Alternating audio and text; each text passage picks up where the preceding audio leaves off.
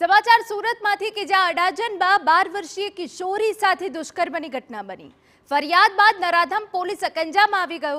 કિશોરીને ફોસલાવી ઘરે બોલાવી પાડોશી યુવકે દુષ્કર્મ આચર્યું।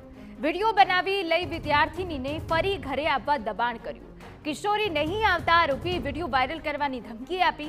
કિશોરી હિંમત દાખવી સમગ્ર હકીકત પરિવારને જણાવી। પીડિતાની માતાની ફરિયાદ બાદ અડાજણ પોલીસે ગુનો દાખલ કર્યો અને ગણતરીના કલાકોમાં જ પોલીસે આરોપીને ઝડપી પાડ્યો।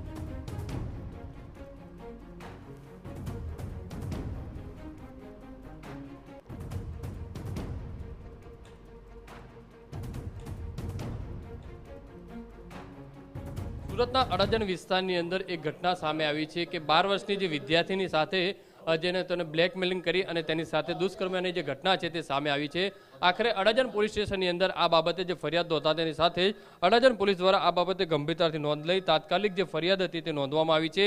વિદ્યાર્થીને જે ફોસલાવી અને પડોશમાં જ રહેતા યુવક દ્વારા તેને અવારનવાર તેની સાથે દુષ્કર્મ કર્યા હોવાની જે વિગત જે સામે આવી હતી। મહત્વની વસ્તુ એ છે કે અડાજણ પોલીસે રાહુલ ચૌહાણ નામના જે વ્યક્તિ છે તેની ધરપકડ કરી લીધી છે અને મહત્વની વસ્તુ એ છે કે જ્યારે વિદ્યાર્થીની સાથે દુષ્કર્મ કરતાનો જે વિડીયો પણ બનાવી લીધો હતો અને ત્યારબાદ અવારનવાર તેને વિડીયોની ધમકી આપી, વિડીયો વાયરલ કરીને નાખવાની ધમકી આપી, તેને દુષ્કર્મ જે કરતો હોવાની જે વિગત સામે આવી હતી। આખરે આ કિશોરીએ જે હિંમત દાખવી અને આખી ઘટનાની જાણ પરિવારને કરતા પરિવાર તાત્કાલિક જે અડાજણ પોલીસ સ્ટેશન ખાતે પહોંચ્યો હતો અને આખા મામલાની અંદર પોલીસ દ્વારા આજે ગુનો નોંધી અને જે મુખ્ય આરોપી છે તેની ધરપકડ કરી લીધી છે।